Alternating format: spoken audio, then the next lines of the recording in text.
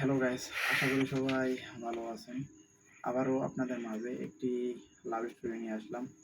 আজকের লাভ স্টোরিটা হলো বড় লোকের মেয়ের সাথে প্রেম। তো আপনারা তো বুঝতেই পারছেন আজকে লাভ স্টোরিটা কি পরিমাণ সুন্দর হতে চলতেছে। তো আমি একদিন বিকেলবেলা রাস্তার সাইডেই বসেছিলাম। তো কোনো এক অজানা কারণে হঠাৎ করে একটি মেয়ে আমাকে ডাক দেয়। তো তার সাথে আমাকে বলে যে সে নাকি আমার সাথে একটু কথা বলবে। তো কি আর করব, তো আমি সামনের দিকে যাই, গিয়ে তার সাথে কথা বলি।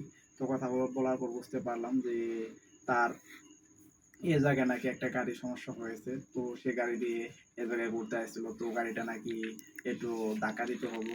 তো আমি সামনের দিকে যাই, কিছু আমার বন্ধুদেরকে ডাক দিয়ে নিয়ে নিয়ে যাওয়ার পর সবাইকে সাথে করে নিয়ে গাড়িটা ধাক্কা দিয়ে স্টার্ট করে দিই।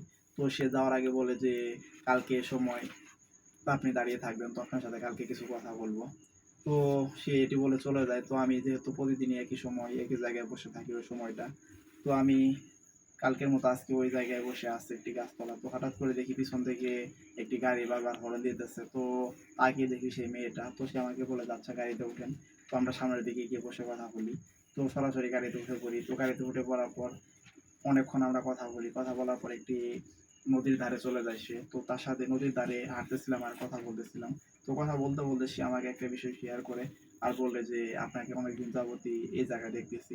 তো আপনি এই জায়গায় কি করেন প্রতিদিনই? তো আমি তাকে বলি যে এই জায়গায় আমার বসে থাকতে ভালো লাগে। আর এই সময়টা কোনো কাজও নাই। তো তার জন্যই আমি এই সময়টা বসে থেকে এ জায়গায় সময় কাটাই। তো এটি শোনার পর সে বলে যে আচ্ছা, সমস্যা নাই। আপনি কালকে থেকে তাহলে বিকেলবেলা আমার সাথে এই সময় ঘুরতে বের হবেন। তো আমি বলি যে না, ওরকম আমার সময় নাই যে আপনার সাথে আমার ঘুরতে যাইতেই হবো। তো এইগুলা নিয়ে আমরা অনেকক্ষণ কথা বলি। তো এরপরে কিভাবে তাকে আমি প্রপোজ করলাম আর সে রাজি হলো কিনা, এগুলো অবশ্যই আপনাদের মাঝে পরবর্তী কোনো লাভ স্টোরিতে দিয়ে দিব। তো আপনারা এতক্ষণ পর্যন্ত যারা আমার লাভ স্টোরিটা শুনলেন তারা সবাই ভালো থাকবেন।